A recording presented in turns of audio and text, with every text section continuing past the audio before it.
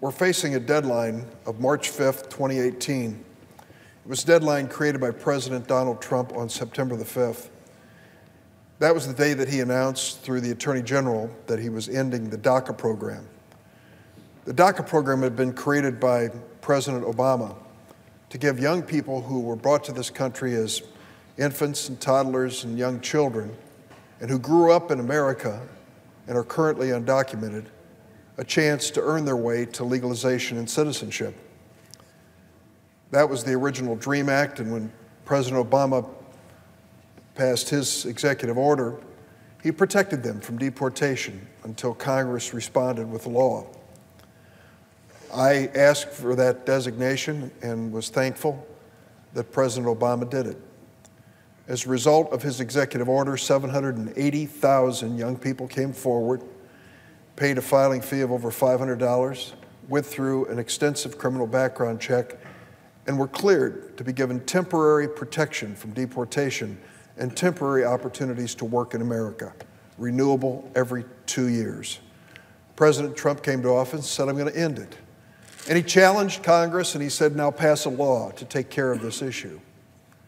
It's a legitimate challenge for the president to issue it. I wish he had done it differently, but it's certainly worthy of him to call on us to do our job. Well, here we are 3 months after that challenge from President Trump, and what has the Republican majority done in the Senate or the House to respond to that challenge? Absolutely nothing. Nothing. Not one thing to provide these 780,000, as well as others who are eligible for this protection, an opportunity under law. Not one thing. Is it because we've been overwhelmed with business? Well, I defy those who followed the business of the United States Senate over the course of the last year to say that. It's seldom that we've ever come to the floor and debated anything of substance. Most of the time we're in an empty chamber, lurching from one cloture vote to another cloture vote, to a motion to proceed, to this nomination and that nomination. The exceptions, of course, were under health care and the Trump tax reform bill, and those were done by reconciliation. In other words, strictly partisan efforts. So we've not done much this year. We certainly haven't done much since September 5th of this year.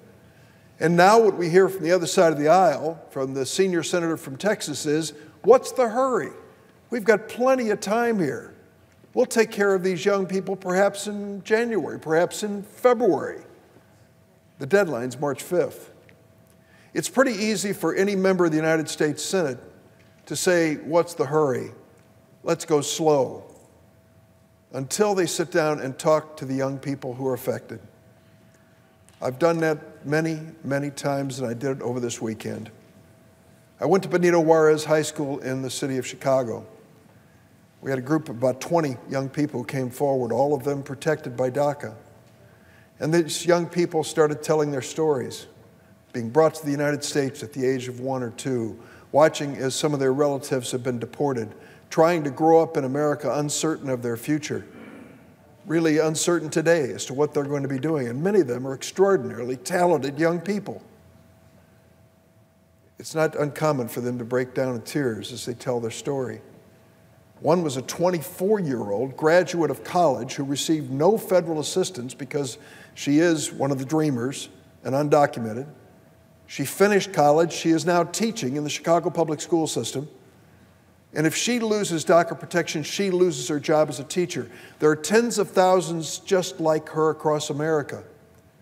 And the senior senator from Texas says, what's the hurry? Why do we need to address this issue? I wish that senator could have been there and watched her and spoken to her as I did, and realized that she's living in fear, in terror, that her life as she knows it could end tomorrow, and it could, because of the decision by President Trump to end this protection. All we've asked for, many of us on a bipartisan basis, is to call the DREAM Act for a vote in the United States Senate, to give these young people a chance for the protection of law so they can continue in this country. Some Republicans said we need to sit down and talk about border security. I said I'd be happy to do that. When I was part of the Gang of Eight and we came up with comprehensive immigration reform, we had an extensive border security plan.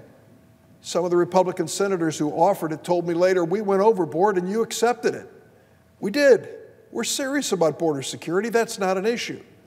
But for the senior senator from Texas, that's not good enough. I handed him a sheet of paper last week. I have it right here, a copy of it, showing him the proposals that we're making on border security. And I pointed out to him that 12 of the proposals that I handed to him were proposals from his own bill for border security. We're serious about this. This is a genuine effort to give border security provisions the enactment of law along with the DREAM Act. So what we hear is that the senior senator from Texas came to the floor and said, well, they're just not negotiating in good faith. Well, I've handed him this provision, this proposal. It was a good faith gesture, a good faith effort to move us forward. And the only response we had yesterday from the senior senator from Texas is, what's the hurry? Why should we get that done this year? Why don't we wait till next year? Well, next year, as we know, means 2 months when it comes to this issue.